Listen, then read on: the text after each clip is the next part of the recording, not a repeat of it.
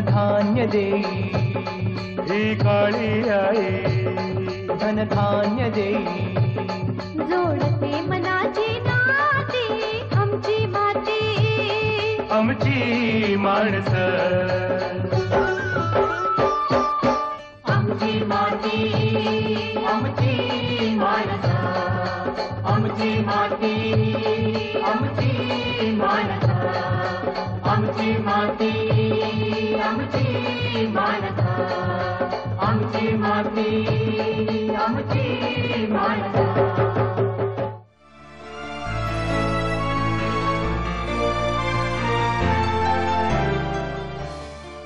नमस्कार. आमची माती आमची माणसं या कार्यक्रमामध्ये तुमचं सगळ्यांचं मनापासून स्वागत. आजचा जो विषय आहे तो म्हणजे सर्पदंश किंवा सर्पदंश झाल्यानंतर घ्यायची तातडीने घ्यायची काळजी किंवा योग्य ती खबरदारी कोणती बाळगायची हे सगळं आजच्या विषयाद्वारे आम्ही तुमच्यापर्यंत पोहोचवणार आहोत. आणि ती सगळी सविस्तर माहिती तुम्हाला देण्यासाठी आम्ही आमंत्रित केलेलं आहे डॉक्टर सदानंद राऊत यांना. MD जनरल मेडिसिन मधून पदवी घेतल्यानंतर काही काळ डॉक्टर सदानंद राऊत हे KEM पुणे येथे अतिदक्षता विभाग प्रमुख म्हणून कार्यरत होते. परंतु कुठेतरी वैद्यकीय शास्त्रामध्ये एक सेवाभावी जी एक वृत्ती असते ती डॉक्टरांच्या अंगी असल्यामुळे त्यांचं मन विशेषतः मनाचा ओढा होता तो म्हणजे ग्रामीण भागात जाऊन त्यांना आपली वैद्यक सेवा द्यायची होती. आणि मग त्या अनुषंगाने नारायणगाव येथे त्यांनी एक हॉस्पिटलची उभारणी केली आणि आज त्यांची ख्याती एक सर्पदंश झाल्यानंतर जो वाचवतो असा तो देवदूत असणारा डॉक्टर अशी आहे. आणि हे सगळं आज आपण त्यांच्याकडून जाणून घेणार आहोत की सर्पदंश झाल्यावर त्वरित काय उपाययोजना करायची, त्या होऊ नये म्हणून कोणती खबरदारी घ्यायची. सर्वप्रथम आमची माती आमची माणसं या कार्यक्रमात मी तुमचं मनापासून स्वागत करते. डॉक्टर, एकंदरीतच विषयाची आखणी मी केलेली आहे की जनरल प्रॅक्टिशनर म्हणून एक तुम्ही सेवा देत असतानाच मध्येच हे सर्पदंश आणि असं कसं काय जुळून आलं? मी सुरुवातीला नारायणगाव येथे 1992 मध्ये ग्रामीण भागातील लोकांना अत्याधुनिक वैद्यकीय सेवा देण्याच्या दृष्टीने हॉस्पिटल सुरू केलं. परंतु आर्थिक परिस्थिती बेताची असल्यामुळे त्यासाठी जी अत्याधुनिक उपकरणं लागतात ती खरेदी करू शकलो नव्हतो. माझा KEM आणि जहांगीर रुग्णालयातील अनुभव अतिदक्षता विभाग, डायलिसिस युनिट आणि अतिशय गंभीर रुग्णांचा हाताळण्याचा अतिशय चांगला होता. परंतु मी नारायणगावमध्ये सुरुवातीला फक्त कन्सल्टिंग प्रॅक्टिस करत होतो. 5-6 वर्ष गेल्यानंतर 1998 साली सकाळी पहाटे 4 वाजताच माझ्या एका मित्राचा मला फोन आला. त्याच्या शेतावर काम करणाऱ्या एका गड्याच्या मुलीला पहाटे सर्पदंश झाला होता. आणि त्याने मला सांगितलं की डॉक्टर, मी त्या मुलीला तुमच्याकडे त्वरित घेऊन येत आहे, तुम्ही जागेवर आहात ना? तर मी हो म्हटलं. तो काही वेळानंतर मला 5-1 मिनिटानंतर परत फोन केला, डॉक्टर ती मुलगी खूप विवळते, खूप तिला वेदना होत आहेत. पुन्हा एक 5-10 मिनिटं गेल्यानंतर ती मुलगी काळी निळी पडली आणि श्वास घ्यायला तिला त्रास होतोय असा फोन आला. आणि तिसरा फोन आला, तो दुर्दैवाने शेवटचा होता. त्याने सांगितलं, डॉक्टर प्लीज जरा तुम्ही हॉस्पिटलच्या खाली येऊन जर थांबला तर बरं होईल, मुलगी मला फार गंभीर वाटते. आणि मी धावत पळत मुलीला खाली येऊन तपासलं. येण्यापूर्वीच वाट पाहत होती तिची. दुर्दैवानं ती रुग्णालयात पोहोचण्यापूर्वीच मृत्युमुखी पडलेली होती. आणि त्या दिवसापासून मी ठरवलं की जर आपल्या शिक्षणाचा खऱ्या अर्थानं उपयोग व्हायचा असेल आपल्या अनुभवाचा, तर या सुविधा ज्या अत्याधुनिक सुविधा आहेत, उदाहरणार्थ व्हेंटिलेटर आहेत, डिफिब्रिलेटर्स आहेत, अतिदक्षता विभागाच्या सगळ्या सुविधा जर ग्रामीण भागात आपण उपलब्ध केल्या तर या रुग्णांना निश्चितचपणे जीवदान मिळू शकेल. आणि तिथून पुढे या सर्पदंशाच्या रुग्णांवर उपचार करण्यासाठी मी सुरुवात केली.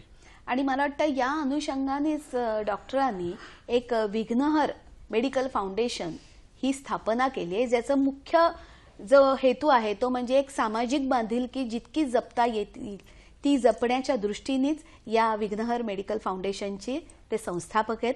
आणि सांगताना अतिशय आनंद वाटतोय की त्यांच्या बरोबरीनेच त्यांच्या सुविद्य पत्नी पल्लवी राऊत या देखील त्यांच्या बरोबरीने या फाउंडेशनचं काम बघतात. जसं तुम्ही म्हणालात की ते कुठेतरी एक मनाला चटका देणारी गोष्ट घडली आणि तेव्हाच तुम्ही निश्चय केलात की नाही, आता ग्रामीण भागातच राहून काम करायचं. त्याच्यानंतर आज जी तुमची ओळख आहे ती म्हणजे की सर्पदंश झाल्यानंतर मरणातून बाहेर काढणारा असा डॉक्टर अशी तुमची एक ओळख आहे गावागावातनं. तर मग एकंदरीतच भारतामध्ये काय किंवा विशेषतः महाराष्ट्रामध्ये हे सर्पदंशाचं प्रमाण किती आहे किंवा एक संख्या किती आहे? भारतामध्ये सर्पदंशाचं प्रमाण खूप मोठ्या प्रमाणात आहे.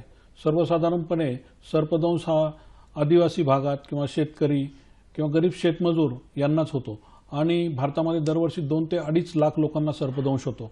त्यापैकी जवळजवळ दुर्दैवाने 40 ते 50 हजार लोक मृत्युमुखी पडतात, बापरे. अशी आकडेवारी वर्ल्ड हेल्थ बरीच ऑर्गनायझेशनने मोठी आहे म्हणजे. जाहीर केलेली आहे. आणि अनेक लोकांना त्याच्यापैकी अपंगत्व येतं. घोणस किंवा नागाने दंश केल्यानंतर बोटाला किंवा पायाला गँग्रीन होतो, नेक्रोसिस होतं आणि बोट किंवा हात किंवा पाय काढावं लागण्याची सुद्धा अनेक उदाहरणं आहेत.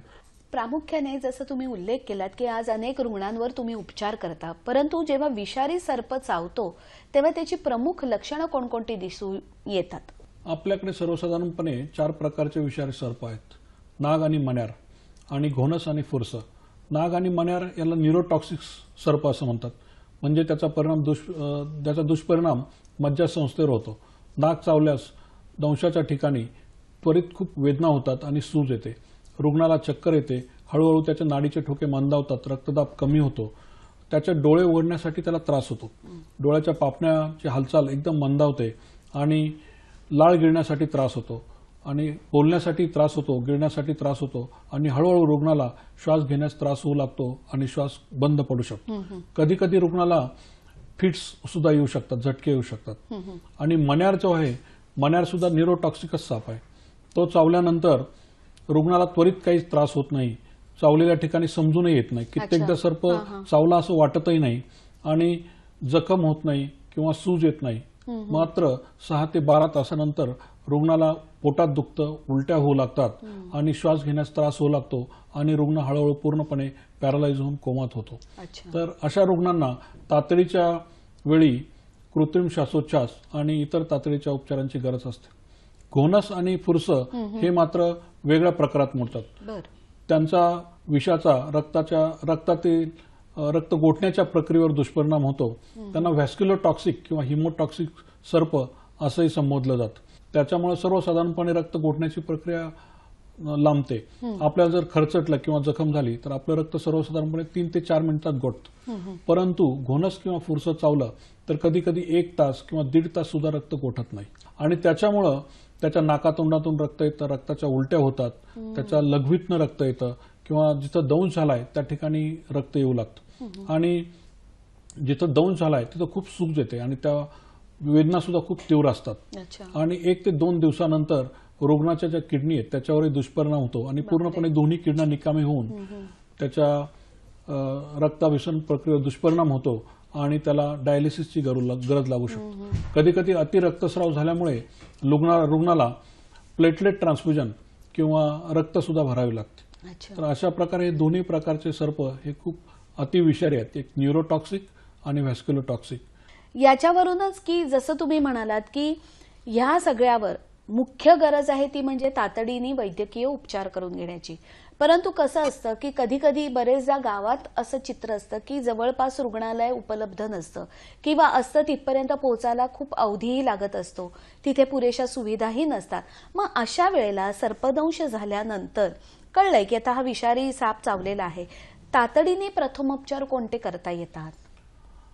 विषारी सर्पदंश झाल्यानंतर जर खात्री असेल तर रुग्णाला सर्वप्रथम रुग्णालयात नेणं अतिशय महत्वाचं आहे. परंतु अनेक ठिकाणी आदिवासी भागात, ग्रामीण भागात कोणत्याही सोयी सुविधा नसतात. त्यामुळे चुकीचे उपचार करण्यापेक्षा रुग्णाला प्रथम धीर देणं हे अतिशय महत्वाचं आहे. बरोबर. रुग्णाला धीर दिल्यानंतर त्याला एका ठिकाणी शांतपणे झोपवलं पाहिजे आणि ज्या अवयवाला, हाताला किंवा पायाला सर्पदंश झाला आहे ती जागा हृदयाच्या लेवलच्या खालच्या लेवलला ठेवली पाहिजे, जेणेकरून रक्ताभिसरण हृदयाकडे होणार नाही. बरोबर, म्हणजे ते विष पसरणार नाही वरपर्यंत. काही महत्वाच्या बाबीही तुमच्याशी बोलताना जाणवल्या की किती त्या अत्यावस्थक परिस्थिती होती त्या रुग्णाची आणि त्यातनं त्याला तुम्ही बाहेर काढलेलं आहे, याविषयी सांगा जरा. जुन्नर आंबेगाव तालुक्यात सर्पदंशाचं प्रमाण खूप मोठ्या प्रमाणात वाढलं आहे. 70च्या दशकात या भागात पाण्याची चणचण असायची, परंतु 80 नंतर इथं जुन्नर आणि आंबेगाव तालुक्यात मिळून येडगाव प्रकल्प आणि कुकडी प्रकल्प अंतर्गत 5 धरणांची निर्मिती झाली आणि बागायती क्षेत्राचं प्रमाण खूप मोठ्या प्रमाणात वाढलेलं आहे.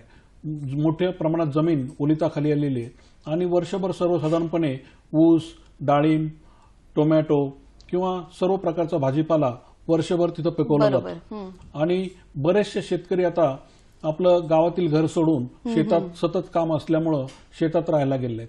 एकंदरीत सरपांची संख्या पाणी आणि भाजीपाला आणि इतर पिकांमुळे सरपांची संख्या सुद्धा वाढलेली आहे. सरपांना जे वाढीसाठी वातावरण, त्यांच्या ब्रिडिंगसाठीचं जे वातावरण आहे ते, त्यांना असलेलं खाद्य मुबलक प्रमाणात उपलब्ध झाल्यामुळे सरपांची संख्या वाढली. 98 सालापासून आतापर्यंत जवळजवळ आम्ही 2000 पेक्षा जास्त सर्पदंश झालेल्या रुग्णांना जीवदान देण्यात यश मिळवलेलं आहे. बाप रे, म्हणजे हा एक विक्रमच म्हणावा लागेल तुमच्या बाबतीतला. सर्पदंशावरील लस तशी पूर्णपणे सरकारी दवाखान्यात उपलब्ध असते. याविषयीचं खास असं तो विभाग आहे का किंवा खास असं शिक्षण शिकवलं जातं का? आमची माती आमची माणसं. जसं तुम्ही मगाशी उल्लेख केलात की ग्रामीण भागात तातडीची उपाययोजना करण्याच्या दृष्टीने आधुनिक उपकरणांची खूप कमतरता होती आणि हे कुठेतरी तुम्हाला खटकत होतं, म्हणून तुम्ही विघ्नर मेडिकल फाउंडेशनची स्थापना केलीत.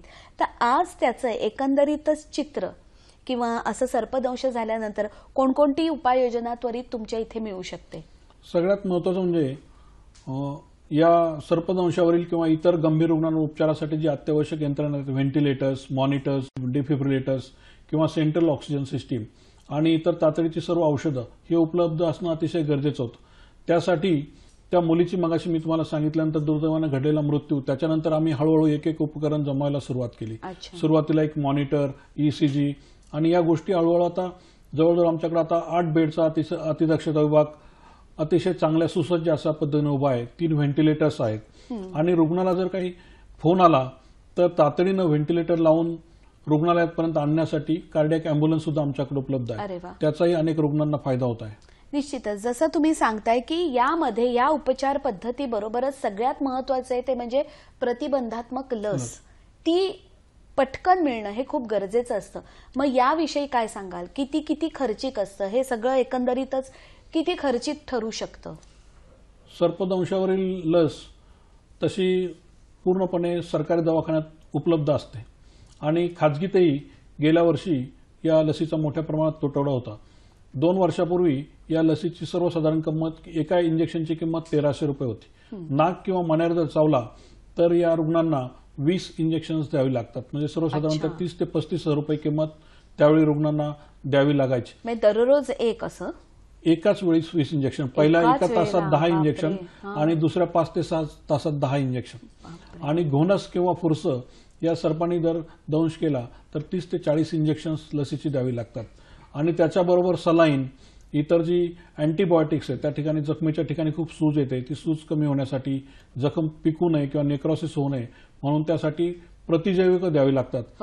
या व्यतिरिक्त व्हेंटिलेटर, त्याचा ऑक्सिजन, हा रुग्णाला खर्च पेलवणार नसतो, हा खर्च खूप मोठ्या प्रमाणात असतो. आणि जो सर्पदंश होतो तो सर्वसाधारण शेतकरी, शेतमजूर असतो, त्याला फक्त 100 ते 200 रुपये रोज मिळतो. आणि एकाच वेळी ही लस आणि हे इतर उपचार हे खूप महागड्या प्रमाणात असतात. मग तो खर्च कमी करण्यासाठी आम्ही लोकप्रतिनिधींच्या सहकार्यानं ही लस शासकीय रुग्णालयातून मोफत कशी मिळवता येईल यासाठी प्रयत्न सुरू केले. कधी कधी सरकारी दवाखान्यात ही लस शिल्लक नसते किंवा जर शिल्लक असले तर तिथले डॉक्टर्स ही लस देण्यासाठी प्रशिक्षित नसतात. बऱ्याचदा या लसीची तीव्र शरीरावर साईड इफेक्ट होतात, रिॲक्शन येते आणि त्याच्यामुळे सुद्धा रुग्ण गंभीर होऊ शकतो.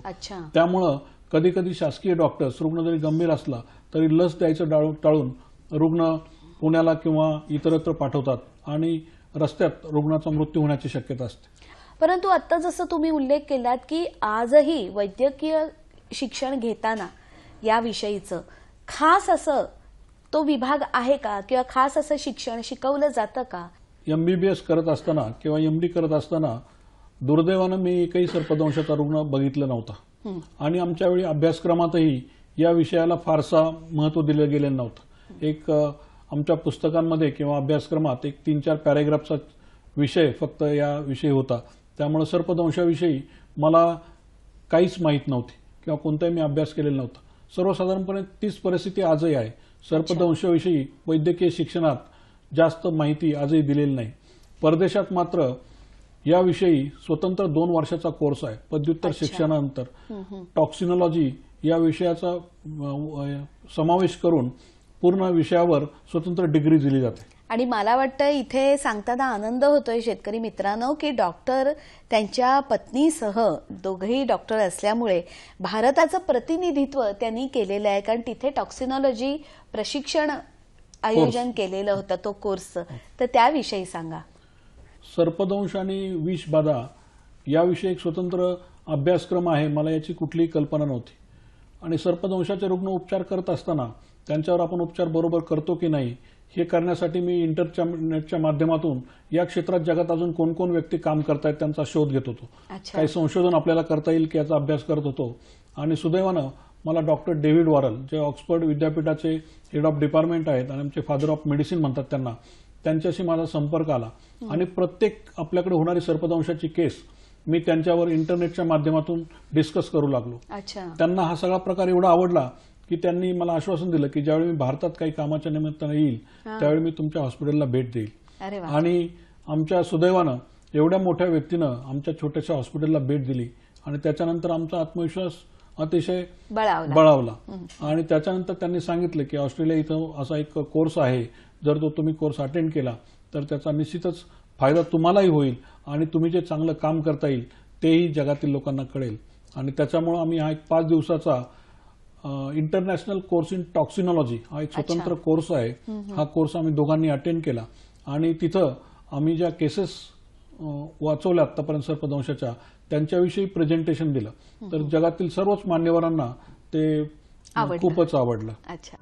सुदैवानं अंधश्रद्धेचं प्रमाण खूप कमी झालेलं आहे. लोक आता मंदिरात जाऊन आपला वेळ घालवत नाही किंवा मांत्रिकाकडे जात नाही. सर्पदंशानंतर मृत्यू झाला तर शासनानं 2 लाख रुपये कुटुंबाला देण्याचं तत्त्व मान्य केलंय.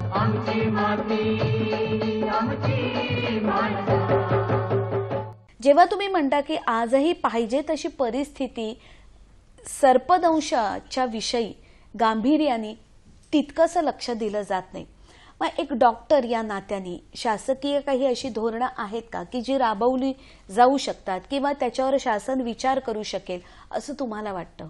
सर्पदंश झाल्यानंतर जी लस आहे, उपचाराची लस आहे, ती सर्व प्राथमिक आरोग्य केंद्रामध्ये उपलब्ध आहे. परंतु सर्व वैद्यकीय अधिकारी किंवा जे सर्पदंश ज्या भागात जास्त आहेत त्या प्रमाणात वैद्यकीय व्यवसाय, खाजगी वैद्यकीय व्यावसायिक यांना मोठ्या प्रमाणात प्रशिक्षित करणं गरजेचं आहे. सर्पदंशावरची लस देण्याचं प्रमाण किंवा आपण ज्याला म्हणतो तातडीचे उपाय, CPR ज्याला म्हणतो आपण, कार्डिओपल्मोनरी रिससिटेशन किंवा इंडोट्राकेल इंट्युबेशन, जेणेकरून साधी अँबू बॅग वापरून सुद्धा रुग्णाचा जीव आपण निश्चितपणे वाचवू शकतो. सर्पदंश झाल्यानंतर एक अंधश्रद्धेचा पगडा इतका आहे की पटकन गावठी उपाययोजनाच केल्या जातात. मग या अनुषंगाने काही प्रबोधनात्मक चर्चासत्र किंवा याविषयी काय सांगाल? सुदैवानं जुन्नर आणि आंबेगाव तालुक्यात आम्ही गावोगावी जाऊन शाळा, महाविद्यालये किंवा शिक्षकांचे मेळावे किंवा यात्रा अशा ठिकाणी जाऊन सर्पदंश झाल्यानंतर करायचे प्रथमोपचार, त्याच्यावर करायचे उपचार, लक्षणं या सगळ्या गोष्टीविषयी सविस्तर माहिती दिलेली आहे. त्यामुळे आमच्याकडं अतिशय सुदैवानं अंधश्रद्धेचं प्रमाण खूप कमी झालेलं आहे. लोक आता मंदिरात जाऊन आपला वेळ घालवत नाही किंवा मांत्रिकाकडे जात नाही, डायरेक्ट आपल्या जवळच्या हॉस्पिटलमध्ये किंवा डॉक्टरांकडे येतात. आणि जाता जाता या आमच्या शेतकरी मित्रांना तुम्ही काही खास 2 शब्द सांगू इच्छिता का? शेतकरी मित्रांना मी एवढंच विनंती करू इच्छितो की आपल्याला शेतात तर काम करायचं आहेच आणि सर्पाशी आपला संबंध येणं हे निश्चितच अटळ आहे.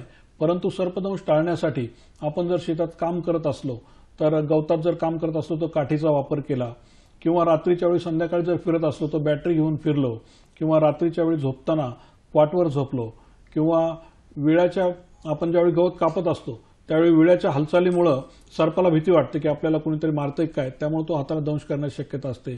त्यावेळी विळा जर गवतात अगोदर फिरवला सर्वसाधारणपणे तर तिथे असलेला सर्प निघून जाण्यास मदत होईल आणि सर्पदंश टाळू शकतो. सर्पदंश टाळणं ही काही फार अवघड बाब नाही. आणि जर दुर्दैवानं सर्पदंश झाला तर त्वरित आपण आपल्या जवळच्या डॉक्टरांकडे जाऊन सल्ला घेतला पाहिजे आणि लक्षणं नसली तरी सुद्धा डॉक्टरांकडे जाऊन आपण 24 तास त्याचं ऑब्झर्वेशन केलं पाहिजे. कधी कधी मण्यासारख्या सर्पदंश झाला तर लक्षणं लगेच येत नाही, जखमेच्या ठिकाणी वेदना होत नाहीत, सूज येत नाही आणि कोणत्याही प्रकारची लक्षणं 5 ते 6 तासानंतर येतात.